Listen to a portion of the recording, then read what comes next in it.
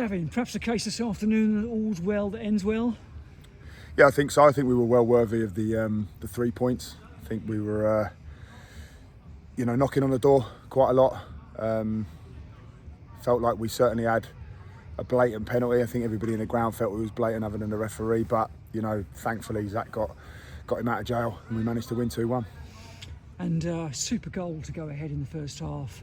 The move down the left and the cross in and great finish from Danny Newton. Yeah, and that was credit to the referee actually, because I think Morgan had been sort of quite badly fouled just before that. He allowed the game to carry on, so we went on and scored. So, credit to him for that. But yeah, it was a great ball in from Cade from the left-hand side, and Danny just took it so well first touch, and then great finish for his second touch. So yeah, really pleased for him, because I know he's after Tuesday night, he was grinding his teeth somewhat, after so many chances. But he keeps getting in the right areas, keeps working really hard, and they're the rewards that he gets.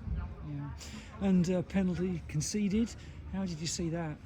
I'll be honest. For me personally, I it looked like a penalty. I felt like as though Danny had just got himself into a bit of a pickle. But the lads are pretty adamant that the lads kicked Danny. So it's a tough one. I think from a referee's perspective, he's just seen the lad go over in the box. But the lads are pretty adamant that the lad kicks Danny. So and Danny, he's somewhat injured there at the end of the game. So he's a tough boot. So I'm sure he'll be all right. But yeah, he was struggling after that. So he's certainly taken a whack. So took the lead into the interval, and good value for that. I guess as long as it remains just 1-0, you're always a little bit concerned about the opposition being able to come back. Yeah, which is what happened. Yeah, and there's such good quality in their team, so you're never comfortable at 1 or 2-0, against teams like that. They've got some really good quality. So I just felt like we were so patient today, in and out of possession. And I know fans want to just see, end-to-end stuff and a game of basketball somewhat on the football pitch, but the lads were just so patient in and out of possession, really trusted what it is that we try and do. We stifled them, so I think that's we're not conceding many goals. That's a goal conceded, which isn't like us, and it comes from a centre forward being in the box, so pretty standard stuff really. But it just felt like we really kicked into gear again, and we're just really developing relationships all over the pitch, and lads are kicking in, and they just feel like they probably should be getting more of a reward. You look against Warrington on Tuesday, we felt like it was a 5-0 game that ended 0-0. And then you look at it today. To be fair to them, we weren't able to create a lot of opportunities at goal, but we create 3 or 4 where you should score.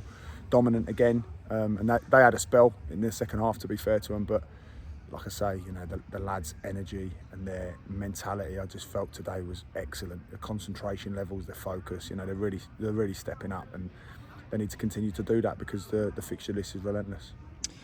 Yeah, so another game coming up, tough away game on Tuesday, and you say every time it's such a tough division, but looking at the league table and the results again today, that's further evidence of that. Yeah, absolutely. You can't take any. There's no easy week. There's been leagues that I've played in over the years where you feel like you're up against it, and it's going to be a tough test. And there's other weeks where you feel like you can be at 80%, but in this league, it's every week you've got to be 100% plus. And that's why we talk about having a strong mentality. We've got real leaders on the pitch today, all in different shapes. And you look at it, we're without Ricardo, without Scott Pollock, we're without Gazdean.